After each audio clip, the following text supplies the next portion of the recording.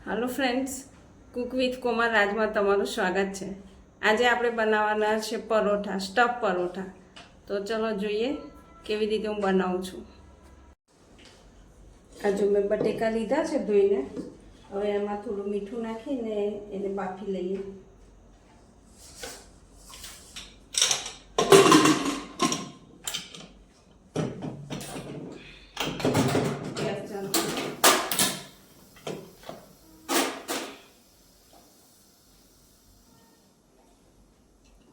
હવે બટાકાની વિસલ થાય ત્યાં સુધી આપણે બીજી તૈયારી કરી લઈએ।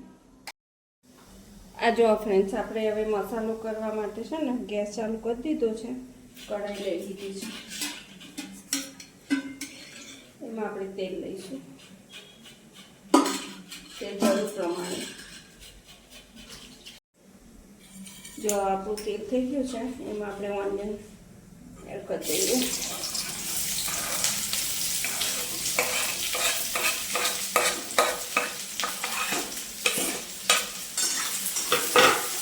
એને શેકી લઈએ, થોડું મીઠું નાખી દઈએ એટલે ફટાફટ શેકાઈ જાય આપણી।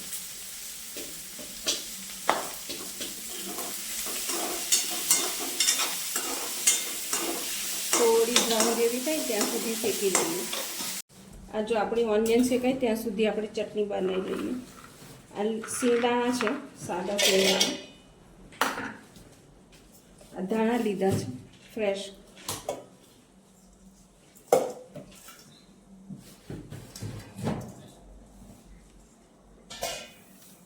અને મીઠું છે,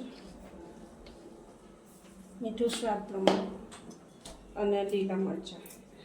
લીલું મરચું હમણાં એક જ નાખું છું, બહુ તીખું નથી કરવાનું, પછી પીસી લઈએ।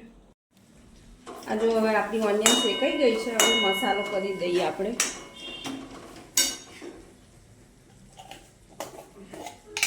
આ છે ને આદુ મરચાંની પેસ્ટ,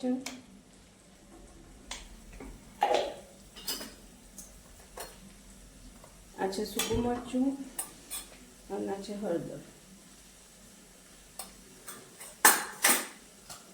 અને આ છે ધાણા જીરું, અને થોડું મીઠું પહેલાં નાખ્યું હતું એટલે હવે થોડું મીઠું નાખીએ આપણે, બધું મિક્સ કરી લઈએ। મસાલા બધા મિક્સ થઈ ગયા છે, હવે બટેકા એડ કરી દઈએ અંદર।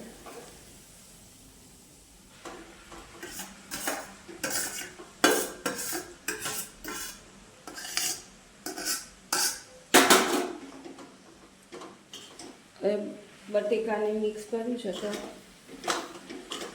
બટેકા એડ કર્યા છે તો હલાવી લઈએ બરાબર। આ જો આપણો બટાકાનો મસાલો રેડી થઈ ગયો છે, હવે અંદર આપણે છે ને વેજીટેબલમાં પહેલાં થોડા ગાજર લઈશું,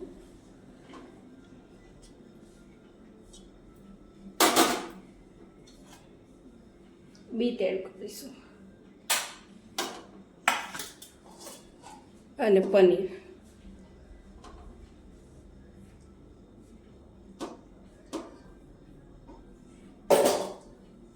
લાસ્ટમાં ધાણા,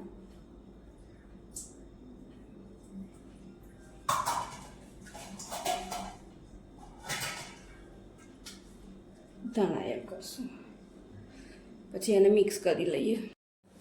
આ જો આપણે કેપ્સિકમ પણ નાખી દીધા છે, અને હવે બધું એકદમ મિક્સ કરી દઈએ, અને પછી આપણે પરોઠા બનાવીએ।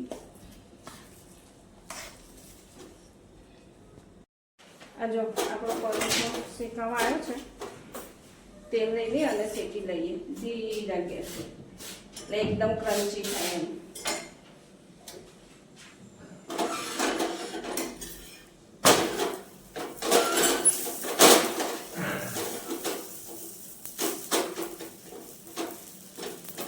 થોડું થોડું હલકા હાથે પ્રેસ કરીએ એટલે ફાઇન શેકાય।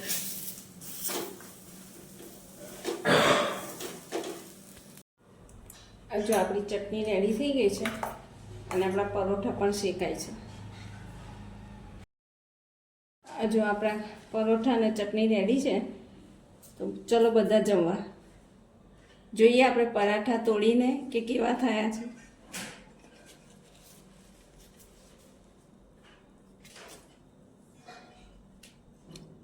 યમી યમી છે તો ચલો બધા જમવા.